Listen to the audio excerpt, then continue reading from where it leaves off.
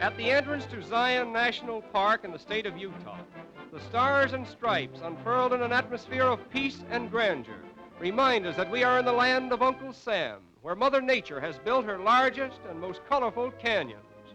In 1919, Zion was made a national park, and today it is regarded as one of the most precious scenic possessions of the United States government.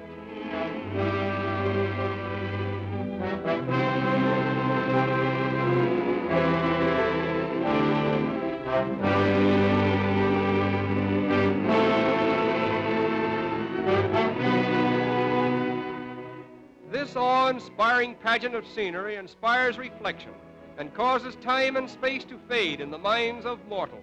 For here we behold a colorful history, engraved in stone, every strata being the indelible record of 1,000,000 years or more in the evolution of the earth. The combined forces of time, water, and wind have molded Zion Canyon. Oh, come along, boys, and listen to my tale. Tell you all my troubles on the old Chisholm Trail. Come a-tie-yi, yippee-yippee-yay, yippee-yay. Come a-tie-yi, yippee-yippee-yay. Oh, I started up the trail October 23rd. Started up the trail with the two you heard. Come a-tie-yi, yippee-yippee-yay, yippee-yay. Come a-tie-yi, yippee-yippee-yay. Oh, I went to the boss for to draw my roll. He had me figured out $9 in the hole. Come a-tie-yi, yippee-yippee-yay, yippee-yay. Come a-tie-yi, yippee-yippee-yay. According to geologists, the colored cliffs were created when all this land lay beneath the sea. In the course of a great upheaval, the earth slipped, causing colossal cracks, which became exposed to the erosive forces of water and wind, until rushing torrents widened the cracks and finally caused the prodigious canyon walls, which we now behold. One of the most interesting examples of erosion is the Great Arch of Zion, forerunner of a natural bridge that may be completed in a few thousand years or more, as time goes with Mother Nature, the most patient of builders. Although this arch looks like a tiny niche, it is over 700 feet long and is cut about 90 feet into the cliff. But massive construction in Zion Canyon is no longer the monopoly of nature, for man has begun to compete with her, and in this respect he points with pride to the famous Mount Carmel highway and tunnel, regarded as one of the most spectacular engineering feats in America. This tunnel is cut for over a mile through solid rock, and opening from it are a series of high windows, framing some of the grandest views in all of Zion. The first white men to settle in Utah were Mormons, and it was they who christened this glorious canyon with the name of Zion. A story is told that Brigham Young, the great Mormon leader, disputed the title and said, "It is not Zion," whereupon his followers called it not Zion until recent times.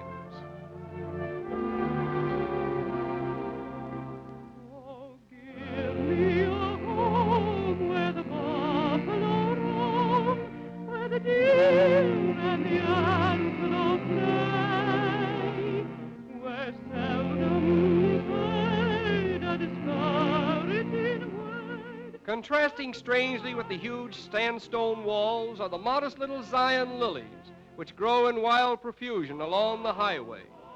The Indians extracted juices from these flowers for medicinal purposes.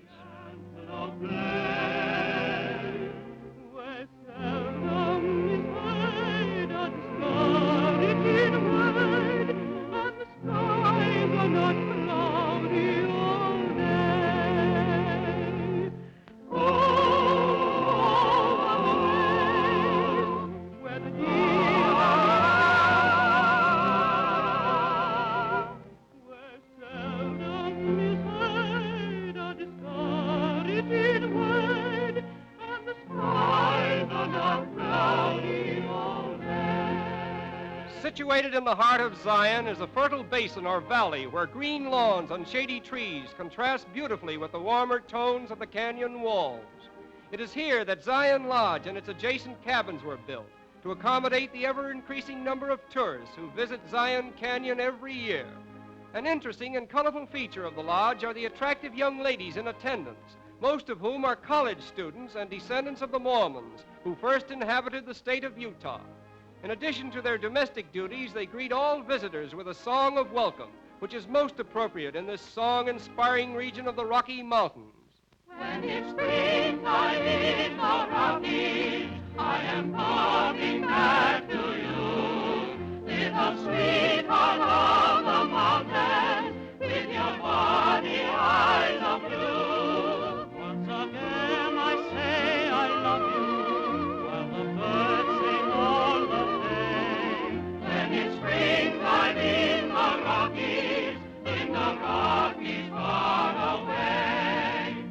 We have traveled around the world many times and have visited most places of unusual interest, but never before have we seen anything to compare with this gloriously ideal region, where the simple and more wholesome diversions of life may be enjoyed in harmony with nature at its grandest.